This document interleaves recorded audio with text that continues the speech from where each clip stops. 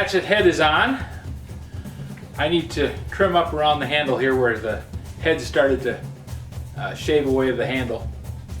Then I need to go along and trim off this part that's sticking out of the head and drive the wooden wedge in. I'm going to leave this as a right-handed hatchet. That's my dominant hand, and that's what I'm going to be using all the time anyways. I'm impressed with how well it works. This is the first time I've used a carpenter's hatchet.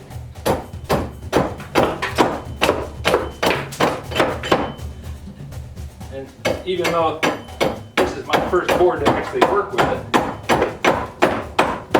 I'm impressed with how well you can just shave off a little bit of material.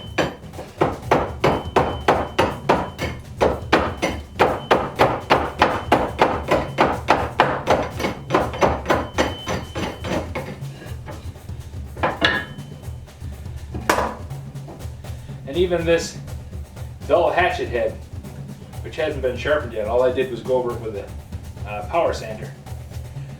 I'm going to hit it with the diamond plates and get this edge trued up and sharpened. And I think I'll use it to make a glut off the one of a horseshoe nail. With the hatchet, I can make a glut to use with a froe and a handle to use with a froe. I'm going to take some of that mulberry that I have out in the backyard and use it to fashion a handle for this froe, which when it came to me had worm-eaten old piece of wood stuck in it that I used as a hanging handle just so that I could put it on the wall. Somebody beat on this thing with a sledgehammer severely, and I need to go over it and trim it down. I'm probably going to take the angle grinder and smooth up this surface and get it back where it belongs. Now this is a genuine antique, it's an old one, but I don't think it's anything marvelous because people made these all over the place and there's lots of them laying around. So now that I have the hatchet half done, I'll finish the hatchet up in the morning. Then I'll make a froe handle and the glut. Then I can take some of that cherry log that I've got out there in the backyard and split it up and see if I can make some handles out of it. It's a long road to the finish, isn't it? If you guys have any suggestions for new videos or questions about any of the videos that if any of you guys have a question, if you have suggestions for a new video or questions about today's video or any of the other videos on the channel, just drop a note in the comments below. You know, I read them all. Thanks for watching.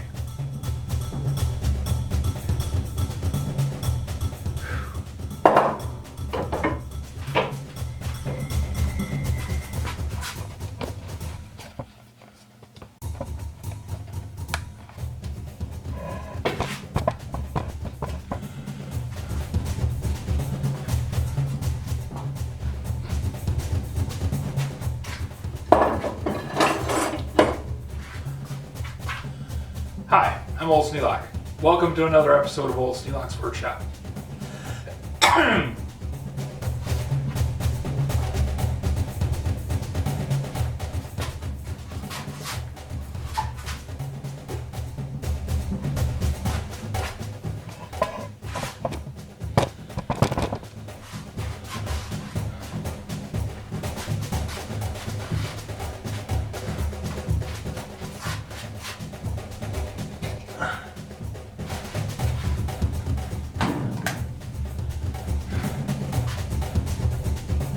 Hi, I'm Old Sneelock.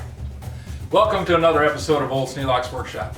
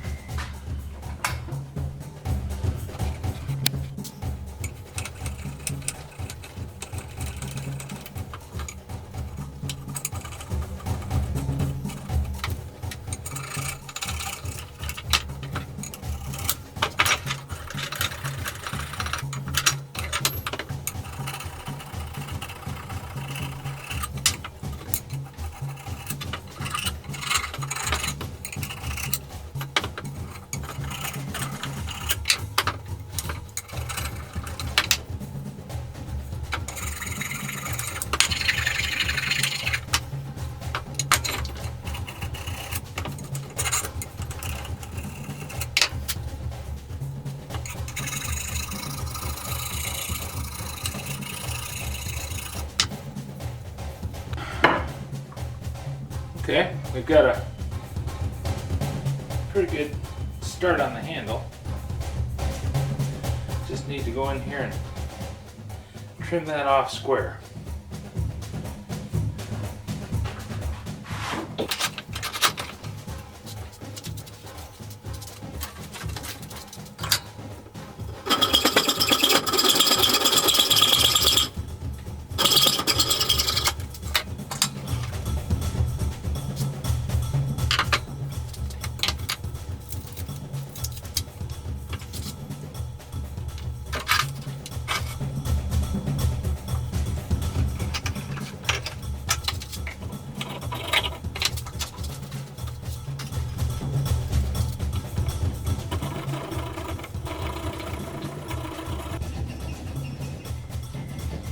Because when I drove the handle in, I closed up the gap, so I don't have any room to start the wedge. I'm just going to go ahead and cut this and get an opening so I can get the wedge started in there.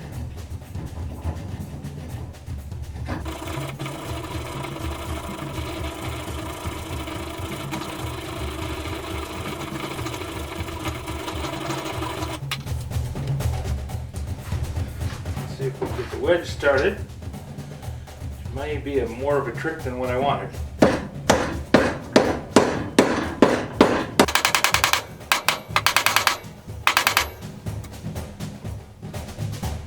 Now, that wedge split right out.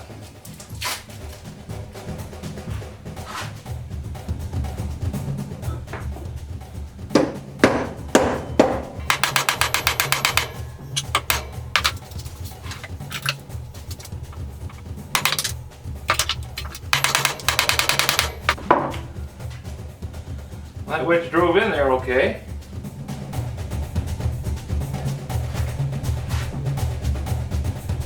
But I think I need a little bit more in the front.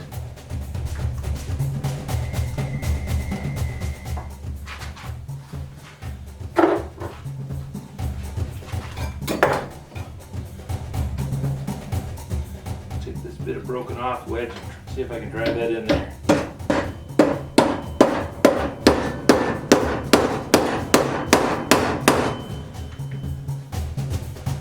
That worked. Okay, now I just have to go in here and cut off the excess wedge.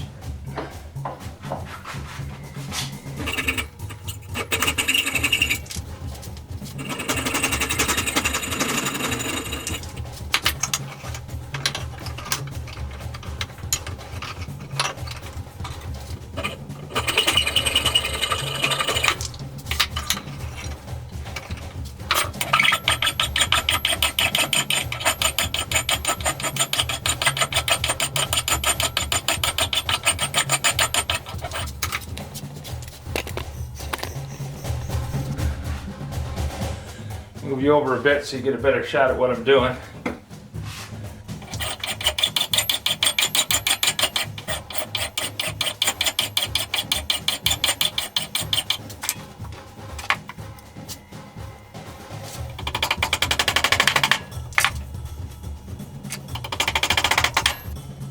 A couple of spots there where the wedge didn't quite fill in, so I just stuck in some extra wedging material.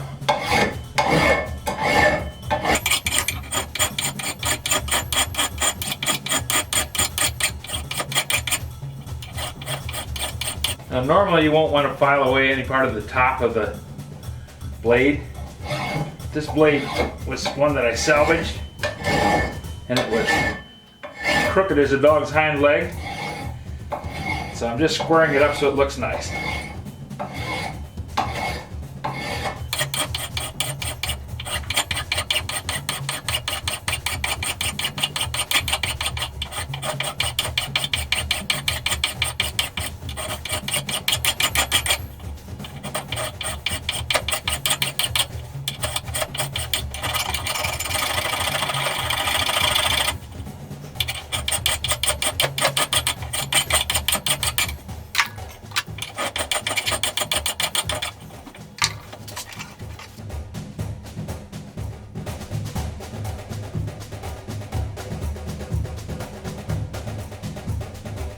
have the head all mounted. I want to scrape off the extra varnish that they put on the handle here. It really doesn't serve any purpose other than making the handle look nicer in the box. So when they're selling you an axe handle, they put varnish on it to make it look nice. That way it doesn't get all dirty when everybody's grabbing a hold of it and handling it.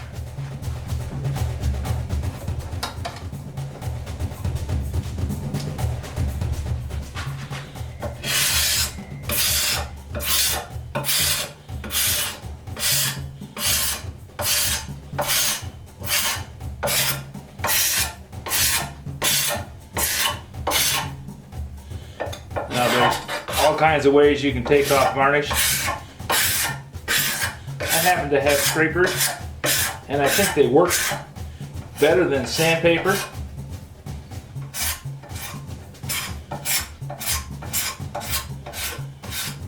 And they don't load up. So you can buy one scraper and have it for, I don't know how old this scraper is, but it's pretty old. You can buy one scraper and just sharpen it every once in a while, or you can buy lots of sandpaper, because the sandpaper loads up and the scraper only has one edge, and when you build up a little bit of varnish on it, you just wipe it off.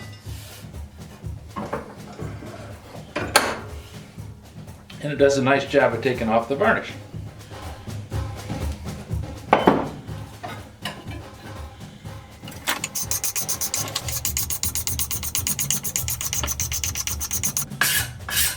Now this is a fancy scraper. I got it at a garage sale, so it was inexpensive. You don't have to use a scraper. You can use jackknife blades,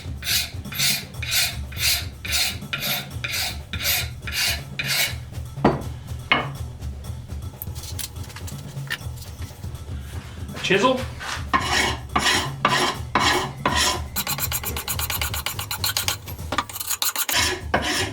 or whatever you have handy. A piece of broken glass works quite well. But broken glass has got problems with cutting yourself on it. And since I have a scraper right here handy, I'm just going to continue on with the scraper.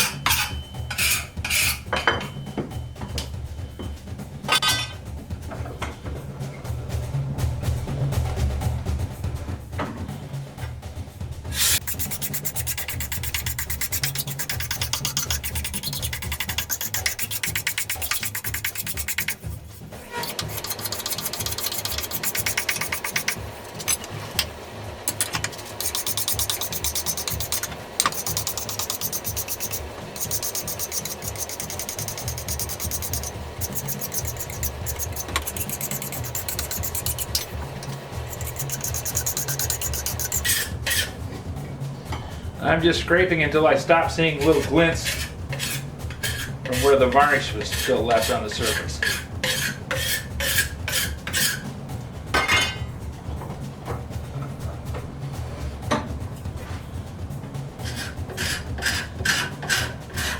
Using two hands, you can take a little bit more material off. I've got some rough spots from where I drove the head on. So clean those up.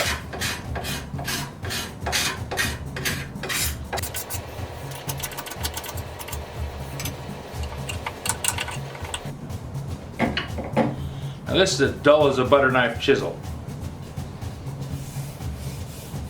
And I'm using it because I wanted to take off some little fuzz off the edge of the handle here where it's up against the head. And that way I don't damage a good chisel.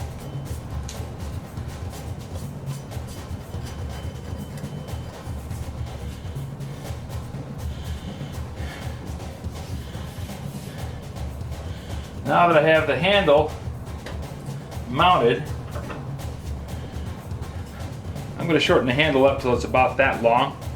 That's about as long a stroke as I want to get when I'm going to be doing mostly fine work with, well, fine work, considering that this is a hatchet and I'm doing chopping, it's going to be closer up like this. You get more leverage and you can get more of a swing and more impact the longer the handle that you have. But this one is not going to be something I'm going to be chopping trees down with. It's a relatively fine work tool. It's a carpenter's axe. It's not designed to cut down trees. I suppose you could, but it's not really designed for it. So I'm going to have a shorter handle so that I can get up a little closer to it. I don't need to have the full stroke that I would want to have for, say, splitting firewood or something. I'm going to be more choking up on this one. So a long handle is just going to be in the way, really. It's going to be out here doing things I don't need to have it do. If I was going to set it on the floor, I might want to put a longer handle on it just so I could reach it out and get it, but it's not designed for that either. I'm going to cut off the handle about here so I have a better grip on the hatchet handle and I can control it better. And I'm just going to do that by clamping it in the vise and sawing it off.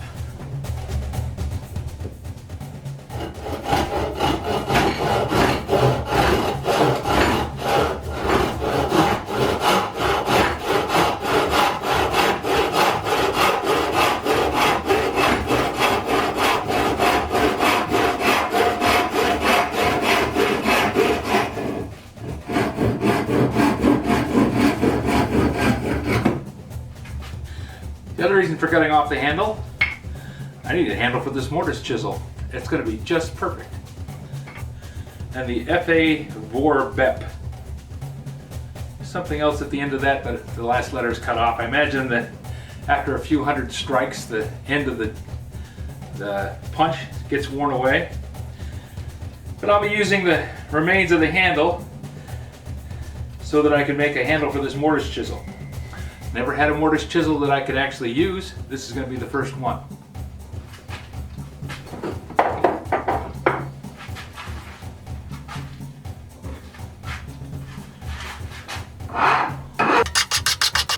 Break that edge so I don't have any splinters.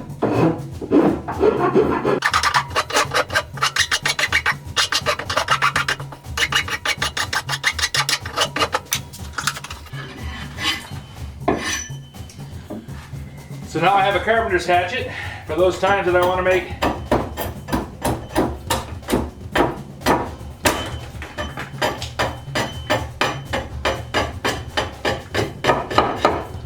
little ones out of big ones.